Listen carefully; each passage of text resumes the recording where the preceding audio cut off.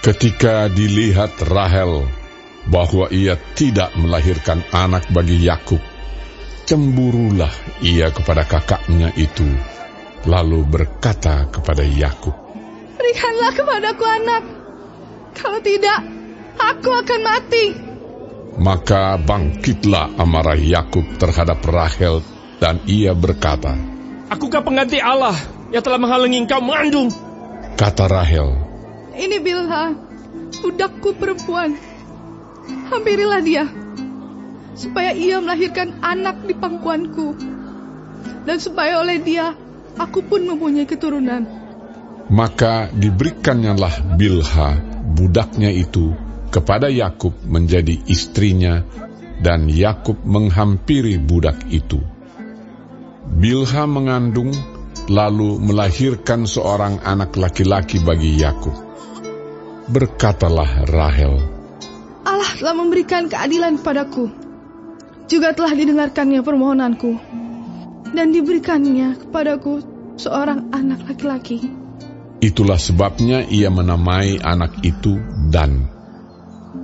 Mengandung pulalah Bilha, budak perempuan Rahel, lalu melahirkan anak laki-laki yang kedua bagi Yakub. Berkatalah Rahel, "Aku telah sangat hebat bergulat dengan kakakku, dan aku pun menang." Maka ia menamai anak itu Naftali. Ketika dilihat Lea bahwa ia tidak melahirkan lagi, diambilnyalah Zilpa, budaknya perempuan, dan diberikannya kepada Yakub menjadi istrinya. Dan Zilpa, budak perempuan Lea, melahirkan seorang anak laki-laki bagi Yakub. Berkatalah Lea, "Mujur telah datang." Maka ia menamai anak itu Gad. Dan Zilpa, budak perempuan Lea, melahirkan anak laki-laki yang kedua bagi Yakub. Berkatalah Lea, "Aku ini berbahagia. Tentulah perempuan-perempuan akan menyebutkan aku berbahagia." Maka ia menamai anak itu Asher. Ketika Ruben pada musim menuai gandum pergi berjalan-jalan, didapatinyalah di padang buah Dudaim, lalu dibawanya kepada Lea ibunya. Kata Rahel kepada Lea, "Berilah aku beberapa buah Dudaim yang didapat oleh anakmu itu."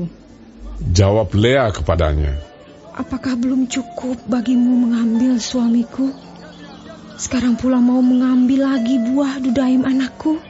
Kata Rahel, "Kalau begitu, biarlah ia tidur dengan engkau pada malam ini, sebagai ganti buah Dudaim anakmu itu."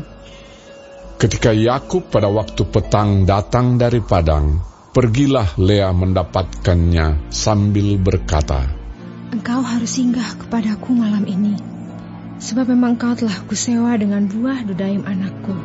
Sebab itu tidurlah Yakub dengan Lea pada malam itu. Lalu Allah mendengarkan permohonan Lea. Lea mengandung dan melahirkan anak laki-laki yang kelima bagi Yakub. Lalu kata Lea, "Allah telah memberi upahku, karena aku telah memberi budakku perempuan kepada suamiku."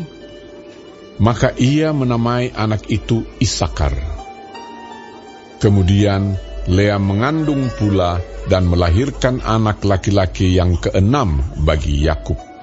Berkatalah Lea, "Allah telah memberikan hadiah yang indah kepadaku.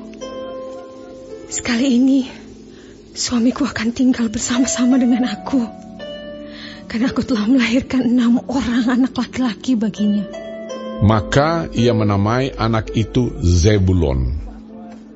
Sesudah itu ia melahirkan seorang anak perempuan dan menamai anak itu Dina. Lalu ingatlah Allah akan Rahel.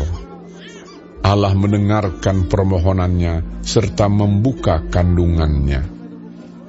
Maka mengandunglah Rahel dan melahirkan seorang anak laki-laki.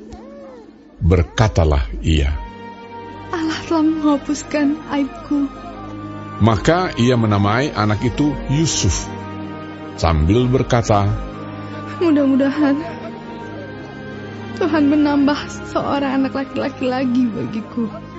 Setelah Rahel melahirkan Yusuf, berkatalah Yakub kepada Laban, "Izinkanlah aku pergi, supaya aku pulang ke tempat kelahiranku dan ke negeriku. Berikanlah istri-istriku dan anak-anakku yang menjadi upahku selama aku bekerja padamu, supaya aku pulang, sebab engkau tahu betapa keras aku bekerja padamu."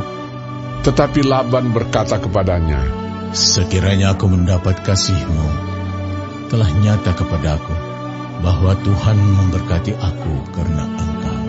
Lagi katanya, tentukanlah upah-Mu yang harus kubayar, maka aku akan memberikannya." Sahut Yakub kepadanya, "Engkau sendiri tahu bagaimana aku bekerja padamu dan bagaimana keadaan ternakmu dalam penjagaanku. Sebab harta milikmu tidak begitu banyak sebelum aku datang. Tetapi sekarang telah berkembang dengan sangat, dan Tuhan telah memberkati engkau sejak aku berada di sini. Jadi, bilakah dapat aku bekerja untuk rumah tanggaku sendiri?" Kata Laban, "Apakah yang harus kuberikan kepadamu?" Jawab Yakub, "Tidak usah kau berikan apa-apa kepadaku. Aku mau lagi mengembalakan kambing dombamu dan menjaganya, asal engkau mengizinkan hal ini kepadaku. Hari ini aku akan lewat dari tengah-tengah segala kambing dombamu, dan akan mengasingkan dari situ setiap binatang yang berbintik-bintik dan berbelang-belang. Segala domba yang hitam dan segala kambing yang berbelang-belang dan berbintik-bintik, itulah upahku. Dan kejujuranku akan terbukti di kemudian hari, apabila engkau datang memeriksa upahku. Segala yang tidak berbintik-bintik atau berbelang-belang di antara kambing-kambing, dan yang tidak hitam di antara domba-domba, anggaplah itu tercuri olehku." Kemudian kata Laban, "Baik, jadilah seperti perkataanmu itu."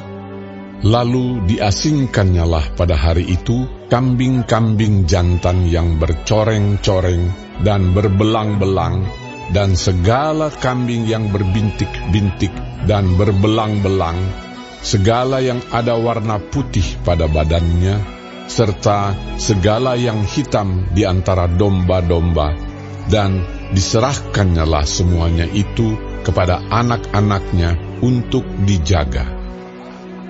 Kemudian Laban menentukan jarak 3 hari perjalanan jauhnya antara dia dan Yakub. Maka tetaplah Yakub menggembalakan kambing domba yang tinggal itu. Lalu Yakub mengambil dahan hijau dari pohon hawar, pohon badam, dan pohon berangan. Dikupasnyalah dahan-dahan itu sehingga berbelang-belang sampai yang putihnya kelihatan. Ia meletakkan dahan-dahan yang dikupasnya itu dalam palungan, dalam tempat minum, kemana kambing domba itu datang minum, sehingga tepat di depan kambing domba itu. Adapun kambing domba itu suka berkelamin pada waktu datang minum.